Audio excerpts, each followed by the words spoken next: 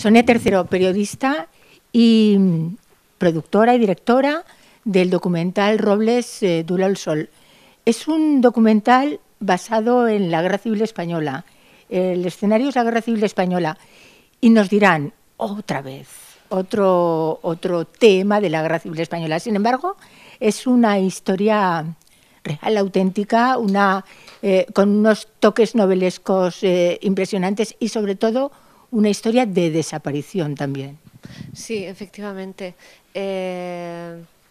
Aunque parezca reiterado, pero sí, es un tema de guerra civil. Lo que pasa es que trata de un caso histórico que tuvo repercusión internacional y muy vinculado a un escritor importante, John Dos Passos, que fue pues el que investigó el caso cuando vino a cubrir la guerra civil y entonces buscó a su amigo. Y ese es uno de los temas que a mí me conmovió más, cómo una persona puede llevar al extremo la lealtad y la amistad por alguien hasta el punto, pues de, también ponerse él en peligro, ¿no? Durante esa investigación. O sea, había desaparecido su amigo José Robles, que era el traductor de Manhattan Transfer, de la obra de Dos Passos al español, y no dudó, cuando vino a España en el año 37 para hacer un documental, en hacer averiguaciones, preguntar, llegar hasta las máximas instancias a las que él tenía acceso para intentar saber algo del paradero de José Robles. Vamos a intentar un poco contextualizar la historia. José Robles era un traductor que trabajaba en una universidad americana. Él era español y republicano. Él se relacionaba con la intelectualidad norteamericana. En ese momento tenía una relación muy importante. Conoce a John Dos Passos, que es el novelista que escribió Manhattan Transfer, la novela. También conoció a Hemingway. Hemingway y Dos Passos eran muy amigos. Y precisamente la amistad entre Hemingway y Dos Passos se rompe por el caso Robles. Sí, porque cuando llega John Dos Passos a Madrid, primero llega a Valencia, empieza a hacer averiguaciones, no consigue tener una información buena. Parece que todos son rumores y le van dando largas, no le quieren decir abiertamente qué ha sucedido. Entonces llega a Madrid y aquí tenía contactos y ya estaba Hemingway. Empieza a hacer averiguaciones, a hacer preguntas, entonces se convierte en alguien incómodo para la República. Y Hemingway apoyaba la causa republicana, igual que lo hacía Dos Passos, pero Dos Passos quería saber qué había sucedido con su amigo. Entonces, en un momento dado, Hemingway le plantea, pero ¿por qué te preocupas tanto por Robles si muere mucha gente en la guerra? Y Dos Passos le dijo, es que estoy intentando averiguar qué ha pasado con mi amigo. Es alguien, es una amistad de muchos años y además quiero saber qué ha pasado para darle noticias suyas a su viuda y a los 2 niños que tiene, que se han quedado en Valencia sin sustento y sin manera de poder tener unos ingresos, ni no saben qué hacer con su vida ahora, ¿no? Y eso fue el motivo de la ruptura de la amistad, porque de repente se plantearon 2 maneras, 2 visiones del mundo completamente distintas, que yo creo además que ahora todavía en las guerras que vivimos en nuestra época se plantean, ¿no? Es la disyuntiva de apoyar una causa, un ideal, una institución, o apoyar a los seres humanos, ¿no? Y entonces en la literatura y en la manera de pensar de John Dos Passos es muy interesante, porque a él lo que le preocupaban eran cómo los grandes acontecimientos de la historia del mundo afectaban a los individuos, a las personas. Y era lo que le gustaba averiguar y experimentar, y sobre lo que le gustaba escribir, ¿no? Hemingway estaba un poco más por el evento en general. Claro, Hemingway tenía, yo creo que otro tipo de educación totalmente distinta, menos humanista que la de Dos Passos, y era un hombre, bueno, pues que había aprendido a escribir bien, gracias también a Dos Pasos, que le había ayudado a buscar un estilo en la escritura. Y él era como el hombre que venía del campo, el hombre duro, el que tenía que hacer el show off, ¿no? Demostrar lo fuerte y lo valiente que era. Entonces su objetivo era ir a todas las guerras que pudiera para demostrar su virilidad, su fortaleza, siempre tener lo mejor y todo al alcance de la mano. Cuando estaban alojados en el Hotel Florida en Madrid, era el que tenía la comida en su habitación, la bebida, venía la gente y él les daba... Una especie de observador de lujo, ¿no? Sí, sí, sí, sí. Y entonces, bueno, pues era otro esquema totalmente distinto. Hemingway era otro, tenía otra personalidad. La peculiaridad de la muerte de Pepe Robles, porque sí, para los amigos era Pepe Robles, si no me equivoco, es que lo hizo desaparecer su propio equipo, es decir, su propio partido, la gente de su propia ideología, sí, y que además desapareció y nada se supo de él. Es decir, no estamos hablando de alguien al que hiciera desaparecer el bando contrario. Estamos hablando de alguien a quien hizo desaparecer su propio bando. Sí, Pepe era un republicano convicto y de hecho se ofrece en el verano del 36, cuando viene a pasar a España unas vacaciones, se ofrece para ayudar al gobierno de la República, donde tenía amigos. Y ahí le ponen, primero le asignan el puesto de jefe de relación, jefe de relación con la prensa internacional. Y después, bueno, como el gobierno de la República había recibido armas de Rusia, también en todo que es otro tema que está en el fondo de la historia, después del traslado del oro de Moscú a Moscú, del Banco de España, ellos mandan a cambio armamento y tropas, asesores. Entonces llegan los asesores rusos y de repente Robles le asignan como hombre de contacto de uno de los generales que fue importante en la defensa de Madrid, que fue el general Gorev.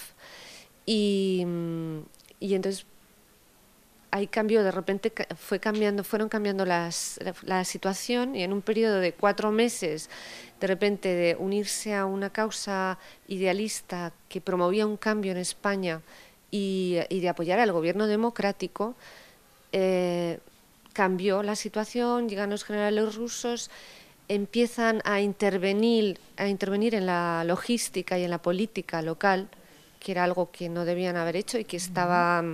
Stalin había dicho que no se hiciera, pero lo hicieron. Y ellos empezaron a replicar las propias purgas que estaba replicando Stalin en Rusia y crearon su propio servicio de policía secreta y empezaron a hacer sus limpiezas. O sea, las purgas, pero en España. Y entonces, bueno, pues Robles era un personaje que estaba en el centro de todo el huracán y debió oír o conocer alguna información o ver algo que a ellos no les incomodó. Entonces, de repente, le enviaron a Valencia para trabajar con la embajada rusa y allí le hicieron desaparecer. Me pregunto cómo interpretó Dos Pasos, y no solamente Dos Pasos, sino toda esa comunidad, estas organizaciones internacionales en Estados Unidos que se habían creado de apoyo a la democracia española. ¿Cómo interpretaron esto? El hecho de que Pepe Robles desapareciera, hecho desaparecer por los rusos, porque además se sabía que eran los rusos, y por el ejército republicano, por el gobierno republicano español. Pues... ¿No sufrieron una decepción? ¿Cómo lo asimilaron? Pues Dos Pasos directamente se desencantó con la causa republicana, con la causa comunista que él había apoyado, y se dio cuenta de estas manipulaciones que estaban haciendo los propios rusos en la guerra y cómo estaba muriendo gente sin juicios, gente inocente. Y Y entonces, bueno, pues a él, por ejemplo, en ese caso, en el caso de Dos Pasos, decide dejar el documental que estaba rodando, se va de España y a él lo que le genera es cambio de pensamiento político total y hace un giro hacia un pensamiento más conservador. Y fue un choque porque, de hecho, llegó a Estados Unidos y empezó a hablar de lo que él había visto, de lo que conocía, de las organizaciones de la NKVD, que era una de las organizaciones que luego fue la KGB, o el GRU. Entonces, es que los rusos tenían espionaje y contraespionaje dentro de su misma organización, ¿no? Del mismo grupo que había venido a España. Y entonces, bueno, pues Dos Pasos, cuando sale de España, llega a Estados Unidos y empieza a hablar de lo que ha visto. Y tuvo un choque, tuvo un problema ahí, porque había mucha gente, muchas familias cuyos hijos habían venido a luchar con las brigadas internacionales por puro idealismo, para apoyar la democracia. Fue una guerra idealista la española de cara al exterior. Claro, la guerra civil española en España fue muy cruenta, enfrentó a familias, la hemos visto de otra manera, pero a nivel internacional era una guerra casi romántica, ¿no? Totalmente romántica e idealizada. Porque, a ver, lo que se veía desde fuera era el avance del fascismo en Europa. Estaba estaba Hitler en Alemania, estaba Mussolini en Italia y Franco. Entonces, desde Estados Unidos y desde países democráticos en Europa, lo que se veía es que se iba a imponer un fascismo en toda Europa. Y por eso hubo muchísimos movimientos ciudadanos que decidieron apoyar al gobierno de la República, que era el gobierno democrático, elegido democráticamente en unas elecciones. Y empezaron a mandar personas vinieron, en la Brigada Lincoln, por ejemplo, vinieron gente de Estados Unidos y de toda Europa.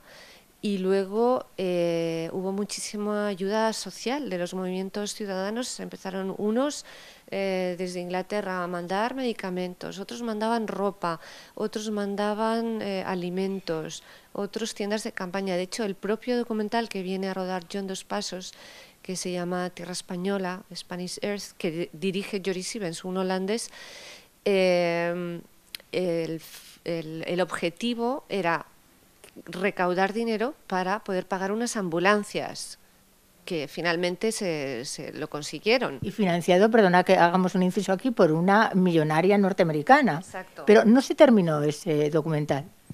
O no se rodó, no se llegó a rodar. Sí, el documental sí, finalmente, primero estaba en España, había llegado ya Joris Stevens, viene John Dos Pasos, empiezan a rodar y entonces el que abandona el documental es Dos Pasos y ahí se incorpora Hemingway, que ya estaba cubriendo la guerra para una agencia de noticias americana.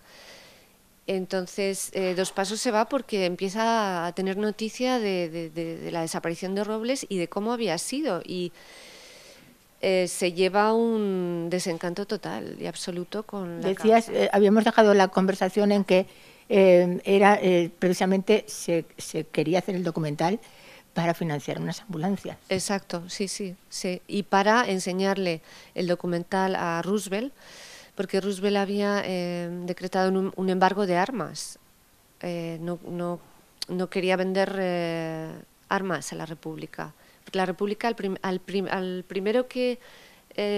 primera puerta que llamó fue a Estados Unidos, al presidente Roosevelt, pero no quisieron. Entonces la República de repente se ve como ahogada y entonces tiene que recurrir a otro sitio, que en este caso fue finalmente Rusia, para poder conseguir armas, para defenderse del avance de Franco. ¿Y qué intenciones crees tú, según el documental, según lo que decía Dos Pasos, qué intenciones crees tú que tenía exactamente Rusia incidiendo directamente en la guerra española? Pues las intenciones de Rusia era replicar el esquema estalinista en España. Ese era su objetivo. Y lo que pasa que que llegó un momento que España deja de ser interesante para los rusos porque la guerra en Europa empieza. O sea, España, la Guerra Civil Española fue la antesala de la Segunda Guerra Mundial. Fue el caldo de cultivo y fue como un campo de batalla de prueba para lo que luego iba a venir. Entonces llega un momento que Moscú tiene que abandonar España porque empieza a tener otros problemas en Europa, ¿no? Pero su objetivo era reproducir el esquema stalinista, totalmente. Es curioso, Sonia, que parece que estemos hablando de otra guerra. Es como si se hubieran producido en España dos guerras diferentes. Hemos hablado siempre de la guerra esta de la que no queremos hablar, del enfrentamiento entre familias, y parece que la hemos querido hacer muy local, y sin embargo fue una guerra muy internacional. Muchísimo. Fue tan importante que los medios internacionales, al ver el avance del fascismo en Europa, deciden enviar a las mejores plumas de los periódicos y fue una guerra que fue muy fotografiada y muy filmada. Fue la primera guerra realmente que tuvo tanta repercusión mediática. Primero porque ya había unos avances en la parte del mundo audiovisual, y luego porque pues las comunicaciones eran más fluidas y tal, y luego porque de repente el panorama de Europa iba a cambiar radicalmente. Entonces mandaron a sus mejores escritores a cubrir la guerra y tenían, que ahora sería impensable, corresponsales en el bando republicano y corresponsales en el bando franquista, y eran grandes escritores. Y bueno, pues todo eso generó muchísima información y estaba todo el mundo muy pendiente de lo que pasaba en la guerra civil. Y era romántica también porque desde fuera era la lucha de la democracia contra el fascismo. Y eso ha quedado. Eso todavía hoy, cuando hablas en el extranjero de la guerra civil, es algo que cautiva, ¿no? Que fue una lucha injusta. Y claro, ante el resultado final, pues no ganaron los buenos, como quien dice, ¿no? Pero bueno, se debatió, pues eso, ya te digo, lo que luego provocó la Segunda Guerra Mundial, y yo creo que España la abandonaron realmente, la ahogaron entre las grandes potencias. La ahogaron hasta el punto de que tuvimos una posguerra cruel. Mucho. ¿Podría llamarse cruel? Pues sí, porque muchísima gente tuvo que irse al exilio por miedo. Muchísimos intelectuales, por ejemplo aquí en Barcelona hubo muchísima gente que fue al exilio a Francia o luego continuaron y fueron a México. Muchísimos intelectuales o pedagogos, científicos, y bueno, pues era gente que o bien sentía miedo, no porque hubiera hecho nada, pero porque sabía que tenía un pensamiento liberal, o porque bueno, veía cómo eran las cosas y sabían que no podían sobrevivir aquí bien. Y luego hubo un exilio interior de la gente que se quedó, muchos intelectuales o profesores o cátedros, maestros, tuvieron que autocensurarse, especialmente gente que está en el mundo de la investigación en las universidades.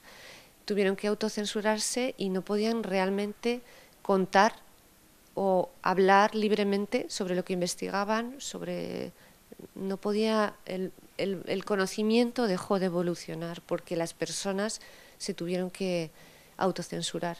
En cambio en México, aunque fue muy crudo el exilio, gracias a Lázaro Cárdenas, pues hubo muchísima gente que llegó al país, fue acogida, tardó más o menos en adaptarse, pero todo este flujo de intelectuales españoles subió el nivel cultural de México, y subió el nivel cultural en la universidad, en la UNAM, y bueno, toda esa gente, sus nietos y hijos todavía siguen allí y están infinitamente agradecidos.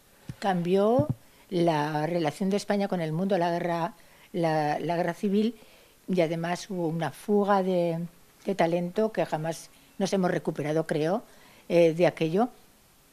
Pero también la guerra civil no solamente nos olvidaron las dos grandes potencias y terminó de una manera cruel, sino que también terminó con la amistad absoluta y total de Dos Pasos y Hemingway. ¿Y cómo reaccionaron? Y con la muerte de Pepe Robles, por supuesto. Pero ¿cómo reaccionaron ellos cuando todo terminó? Dos Pasos de Hemingway, ¿quieres decir? Sí. Pues bueno, ellos se distanciaron. Durante muchísimo tiempo estuvieron sin comunicarse. Nos contó John Dos Pasos Coggin, el nieto de Dos Pasos, que vino a rodar aquí a España con nosotros, que cuando ya eran mayores, antes de morir Hemingway, parece que hubo un acercamiento y volvieron a hablar. Y Dos Pasos en su foro interno le siguió considerando su amigo. De hecho, hay una frase muy bonita de una situación que recrea Lucy, la hija de Dos Pasos, en el documental, que iba con su padre en el coche y ella había oído pues hablar del enfrentamiento entre Hemingway y Dos Pasos. Entonces su padre iba conduciendo y ella le mencionó, bueno, le dijo algo sobre su supuesto amigo. Y entonces Dos Pasos reaccionó de una manera muy abrupta y le dijo, no era mi supuesto amigo, era mi amigo. O sea, que era algo que él tenía ahí dentro que todavía pues le había dolido mucho, ¿no? Y no, bueno, pues cada uno siguió su carrera. Hemingway siguió asistió a la Segunda Guerra Mundial, Dos Pasos también. Y luego ya pues se distanciaron. Es muy triste esa historia porque, de hecho, Dos Pasos conoce a su primera mujer. Se la había presentado Hemingway porque era una amiga suya. O sea, habían tenido una relación súper estrecha. Y nada, bueno, pues todo es increíble, ¿no? Que la política pueda separar también o romper también una amistad, ¿no? Pero bueno, luego Hemingway pues llegó a ser un gran escritor. Pasa que siempre tenía esta especie de vena familiar, como también de un poco enloquecidos, ¿no? Y bueno, pues yo creo que Dos Pasos lo dejó ahí tranquilamente, lo dejó en stand-by, lo dejó estar. Márgala, la mujer de Robles, jamás supo supo de la desaparición de su marido, pero jamás supo dónde estaba, ni se sabe dónde está. No se tiene ni idea de dónde está. Forma parte de uno más de estos de las cunetas que llamamos en España. Exacto. Sí, bueno, ella supo que le habían llevado a la cárcel de extranjeros en Valencia. Y luego allí en Valencia pues no sabe, nunca supo. Ella estuvo también, iba a todas las cárceles, a todos los sitios, a las checas, además que eran lugares tremendos de tortura y de sufrimiento. Iba pues intentando averiguar dónde podía estar el cadáver, pero nunca nadie le contestó ni le dio noticias sobre. Y eso yo creo que le provocó a ella muchísima ansiedad, muchísimo, bueno, enfermó de hecho. Y cuando llega a Dos Pasos a España, que va a hablar con ella en Valencia, ella estaba muy mal, muy mal. Y les habían echado de la casa, donde estaban compartiendo casa con una familia en Valencia, les echaron de la casa porque pensaron que Robles era un espía de repente, que a quien estaban alojando. Tuvo que cambiar de casa varias veces hasta que se alojó en un barrio así bastante marginal, y ahí es donde la encontró John Dos Pasos. Entonces ella luego, en el documental está entrevistado Luis Azcárate, que fue muy amigo de la hija de Robles, de Miguel Robles, y él estuvo muy cerca de Márgara en el exilio también en México, que es donde termina la familia. Y él a mí me contaba que Márgara siempre fue después una mujer que vivía con una congoja tremenda y que no había superado la muerte, esta situación, ¿no? de muerte trágica de su marido, pues, y además no le había podido hacer un duelo. Has definido precisamente esto, te he dejado de definirlo, lo has hecho tan bien, es porque es la sensación que tienen miles de mujeres y de hombres en este país que no saben dónde están sus muertos. Da lo mismo quien los matara a estas alturas. A Robles lo mató el Partido Republicano y él era republicano.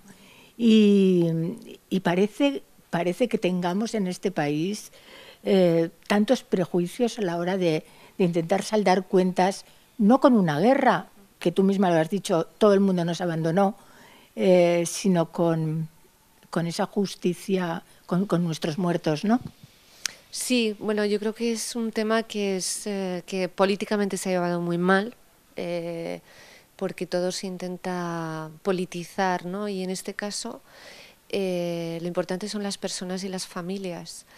Y el hecho de que haya habido tantísimas personas que no puedan hacer un duelo a sus familiares es algo que genera desesperación, angustia. Todo lo que se oculta o no es directo, transparente, limpio, lo que genera es una ansiedad y una necesidad de saber. Entonces, ocultar no es la solución, sino que al revés, pues hay que ayudar a la gente a hacer ese tránsito y a por lo menos facilitarle o acercarle lo más posible al conocimiento de qué ha pasado con esas personas. Y bueno, pues es un tema que está aquí, lo hemos resuelto muy mal en España, está muy mal resuelto. Y como Robles debió haber muchísimas personas. El caso de Robles nos ha llegado porque John Dos Passos era su amigo realmente. Y eso ha quedado, bueno, pues él escribió artículos, se tuvo que manifestar y contar lo que él sabía años más tarde, pero no somos conscientes de que debió haber muchísima gente como Robles. Y esto, por ejemplo, es una situación que a John Dos Passos le interesaba mucho. Vamos terminando, Sonia, pero me ha llamado mucho la atención y llevo dándole vueltas a esto. Cuando has dicho, nos dejaron, nos olvidaron, nos abandonaron las dos potencias. Es una frase muy contundente. Nos abandonaron, España quedó en la ruina y nos han seguido ignorando. Tanto Rusia como Estados Unidos no ha hecho justicia con España, ¿no? Ellos saldaron cuentas aquí, pero luego se han preocupado tampoco de nosotros. Bueno, desgraciadamente Estados Unidos en un momento dado, bueno, fue las Naciones Unidas reconocen el gobierno de Franco, ¿no? Ellos decidieron que era más interesante apoyar una ala conservadora después de los resultados que había tenido la guerra civil, porque habían visto que en el bando demócrata pues había una división total y absoluta. O sea, había un montón de partidos que no se ponían de acuerdo entre ellos. Que eso a mí siempre me recuerda mucho a un poco la situación que vivimos ahora. Sí, te lo iba a decir. Es la famosa división de la izquierda, ¿no? Exacto. Que es evidentemente la fuerza de la derecha, la gran fuerza y el gran poder de la derecha, la unidad. Sí. Sí, por ejemplo, la izquierda es muy buena para comunicar y para organizarse al principio, mientras que la derecha es mala para comunicación, es muy mala, pero la izquierda en ese sentido es buena. Y luego, en cambio, cuando ya tienen una masa crítica y tienen un cierto poder, se pelean entre ellos y se dividen, ¿no? Y entonces Estados Unidos en aquel momento lo que vio es que era más interesante apoyar al ala conservadora que estaba recuperando el orden. No, para ellos no creo ni que fueran los que más valían, ni los mejores, ni los que políticamente eran más interesantes, sino que estaban recuperando el orden. Y económicamente les interesaba más, claro, porque al fin y al cabo son todo relaciones comerciales. Y en cambio la parte republicana pues el final pues no les interesó tanto. Bueno, pues la realidad y la actualidad demuestra que el hombre siempre vamos, que no avanza, que siempre piensa de la misma manera. Como tú has dicho, seguimos igual. Un documental, Robles, Duelo al Sol, que recomendamos ampliamente, porque se entiende la guerra civil de otra manera, porque se contextualiza de otra manera y porque se ve sin odios y sin rencillas, bajo el punto de vista de la intelectualidad, de la sensibilidad. ¿Dónde se puede ver? Pues lo vamos a poder ver mañana en la Filmoteca de Cataluña, que va a haber una proyección a las 7:30 de la tarde. Va a venir Ignacio Martínez de Pisón, que está entrevistado también en el documental, y vamos a hacer una presentación juntos y luego habrá un coloquio. El viernes día 20 se va a poder ver a las 6 de la tarde en la Muestra de Cine Europeo de Segovia, en el Centro Cultural de la Cárcel de Segovia. Y el día 25 se estrena en los Cines Princesa en Madrid.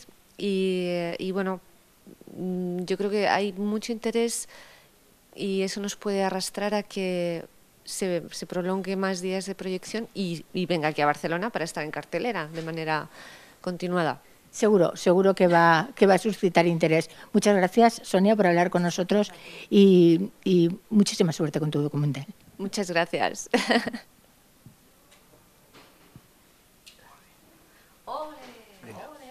¿Ha ido bien? ¿Ha estado bien? Sí, fenomenal.